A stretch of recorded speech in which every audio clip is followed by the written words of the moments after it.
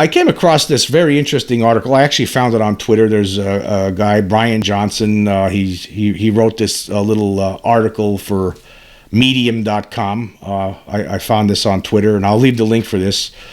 And it's very interesting. He points out a lot of very interesting things about why UFOs are so befuddling to skeptics. Now, the title of his little piece here is "Why UFOs Mind F." I'm not going to use. I don't use harsh profanity on my podcast, as everyone knows. I mean, I throw some, little tiny curse words out there every now and then, but I don't like to throw the F word out there or anything like that. I try to keep it, somewhat family friendly. But anyway, the name of his little piece here is "Why UFOs Mind F Skeptics." Okay, I'm not going to read the whole thing. I'm going to pick it up from about the middle of this. He basically I think you should check this out. I mean, if you're interested, you should, in this kind of thing. I think this is a very, very interesting piece he wrote here. But the beginning part basically gets into UFOs and how mysterious they are, what they seem, what they represent, and that kind of thing. And we'll pick it up here in about the middle here. It says, now let's move on to the creators, controllers, and sometimes occupants of these UFOs. Because they aren't ours. They are aliens, and just like their craft, they are more sentient and technologically advanced than us. And just like their craft, they prize maximal discretion and have a tremendous ability to remain unseen when that is their desire. That ability may be the result of several factors, including their physical composition, advanced technology, and advanced sentience, or a combination thereof. The core difficulty that skeptics seem to share is an inability to imagine beings of far greater sentience than humans. It's almost as if there's this expectation that aliens are just humans, only more knowledgeable and technologically advanced.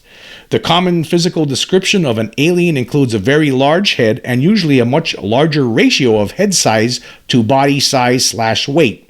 It logically follows that aliens tend to have far larger brains and larger brain-body ratios than humans.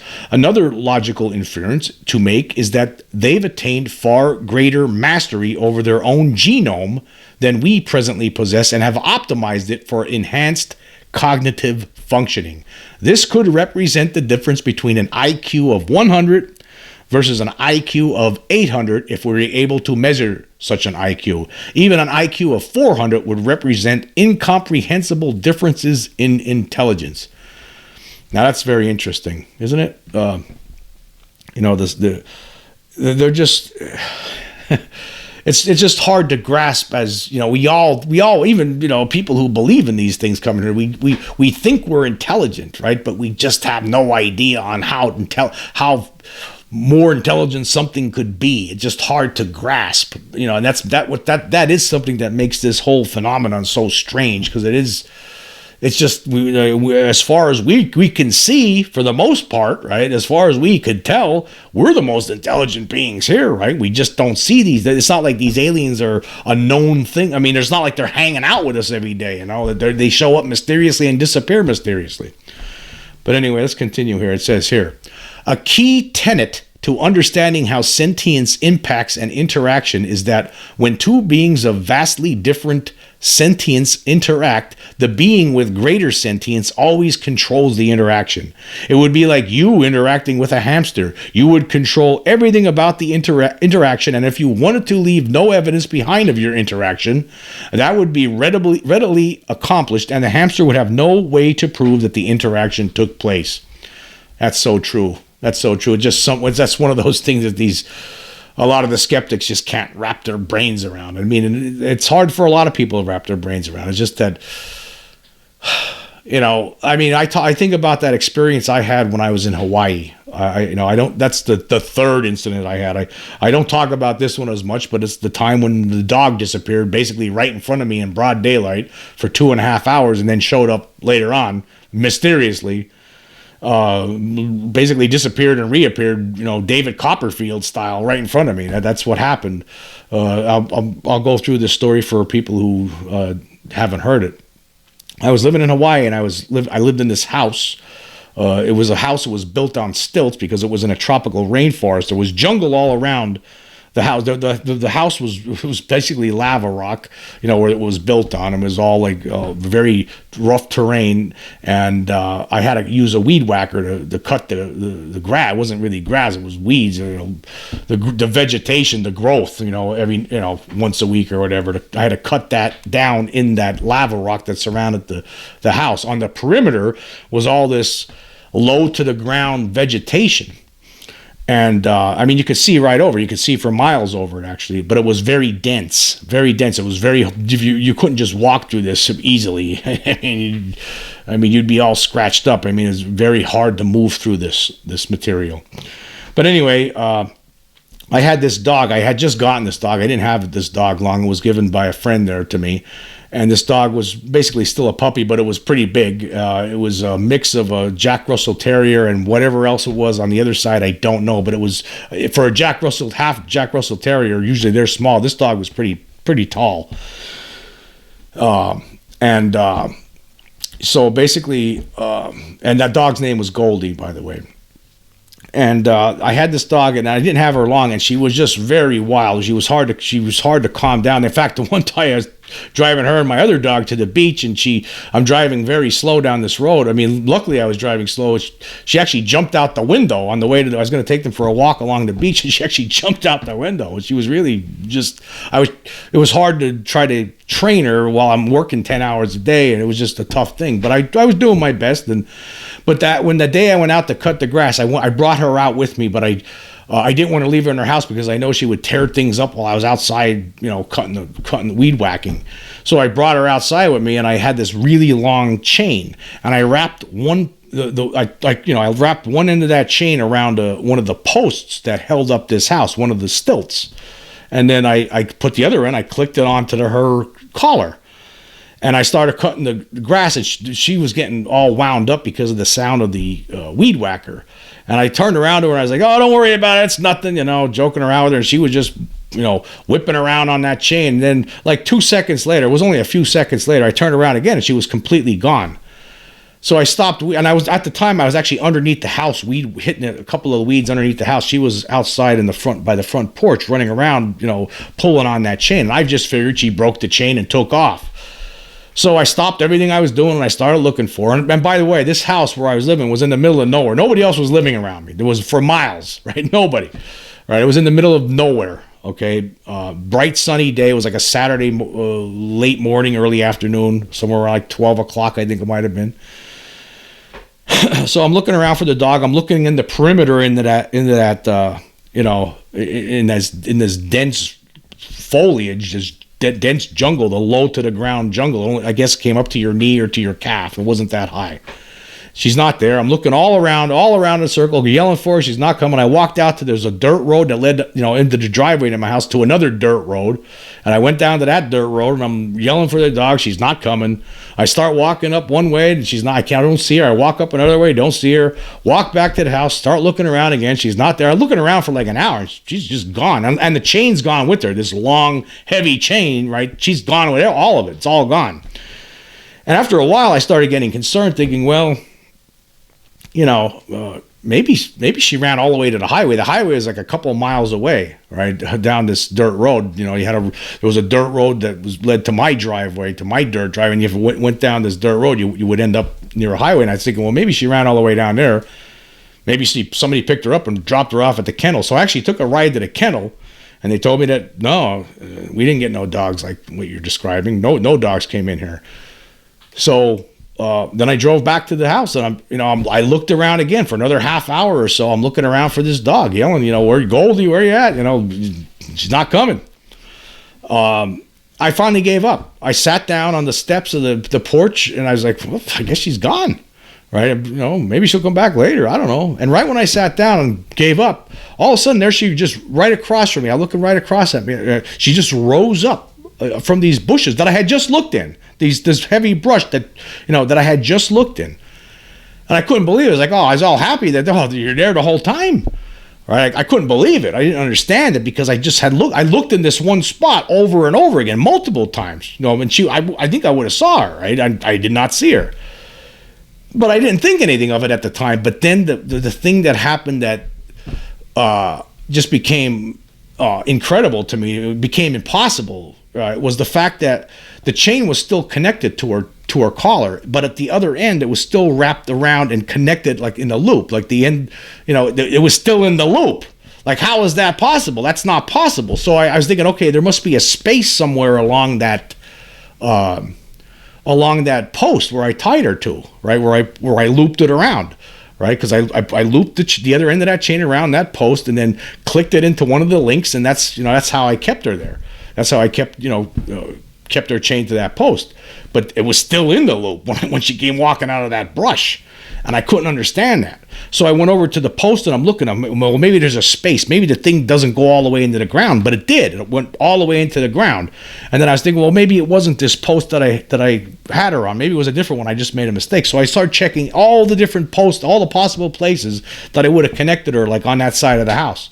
And all of them, everything either went into the ground or was nailed to a board. There was no spaces anywhere where that loop could have, where she could have pulled on that enough there was no space for that loop to go through, for that chain loop to go through.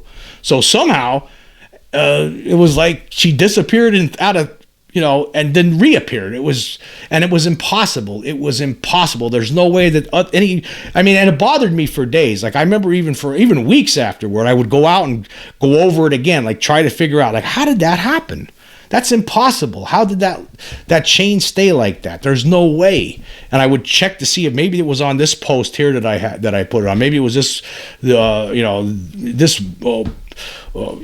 it was on the steps or something. Maybe it was one of these posts but there was no spaces anywhere, no slots for that little chain loop to go through. So it was an impossible thing. And I never got to the end. I couldn't figure it out.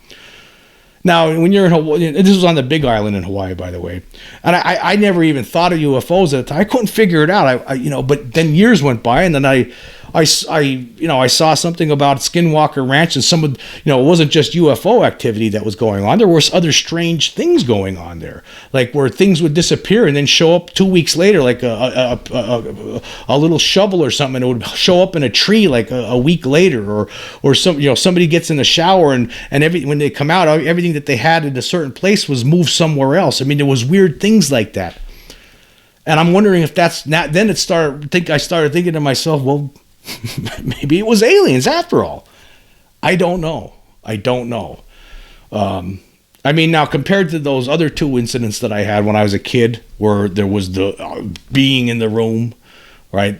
And then later on in 1994, when I was on the fishing trip with my buddy and we saw the flying saucer, those two things right there, like to me, I know that was aliens, right? That's what those two incidents were. I think that Hawaii thing was aliens too, but I don't know how else to explain it. I just don't know. And, to me, that's why, I just, when you think about this, they could do these things to you, just like with the hamster, like this guy's talking about here. We could interact, like he says here, if you would like, it would be like you interacting with the hamster. You would control everything about the interaction, and if you wanted to leave no evidence behind of your interaction, that would be readily accomplished, and the hamster would have no way to prove that the interaction took place. That's the same thing I think that probably happened to me when I was on the Big Island in Hawaii.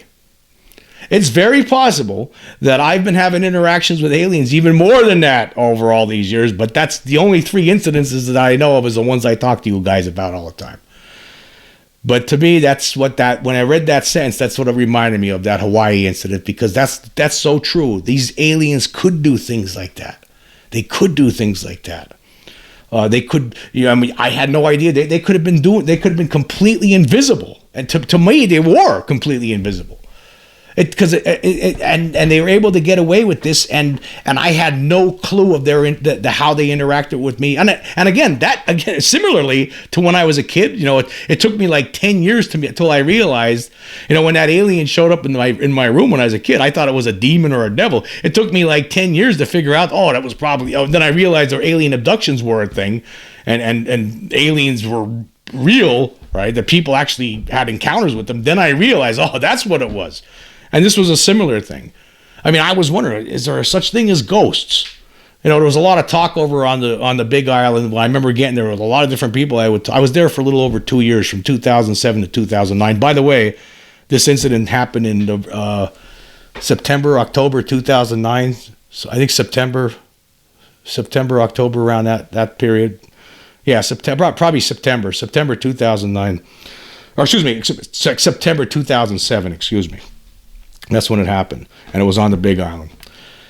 I remember when I got over the Big Island, there was like talk of these spirits, these Hawaiian spirits, night marchers, and they walk around the island. There's these ancient Hawaiian ghosts that walk around the island, and if you get in their path, they'll kill you. And so I was wondering if that's what it was. I mean, I had no idea. I could not figure out for the life of me how what happened. It was just an impossible thing. I have no explanation for it.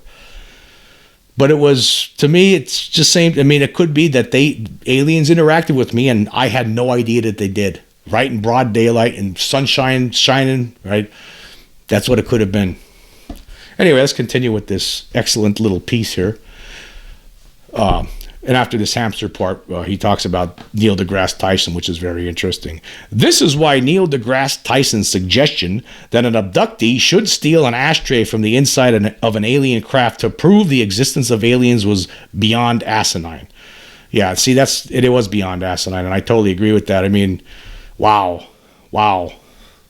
With vastly greater sentience also comes vastly greater technology, and if aliens don't want there to be any physical evidence of their existence, then their combination of vastly superior sentience and vastly superior technology will ensure that goal is achieved every single time. The current iteration of Earth's surface Homo sapiens civilization is around 12,000 years old. If we were able to survive, what would our levels of sentience and technology be 1,000 years from now, 10,000 years from now, 100,000 years from now, 500,000 years from now, 1,000,000 years from now, 1,000,000,000 years from now? Boy, I love this. This is a great... See, a lot of people... I'm going to stop there for a second. A lot of people who are interested in this subject, who know that this is going on. This is the kind of stuff... I think these are the kind of same things that people like me, people like who listen to this podcast, we think of these things. And he's saying a lot of the same stuff. This is like preaching to the choir. A lot of the same stuff we talk about on here. This is pretty good stuff. Okay, let's continue. With full control over our genome, it's even difficult to comprehend our level of sentience attained and technology achieved a mere 500 years from now.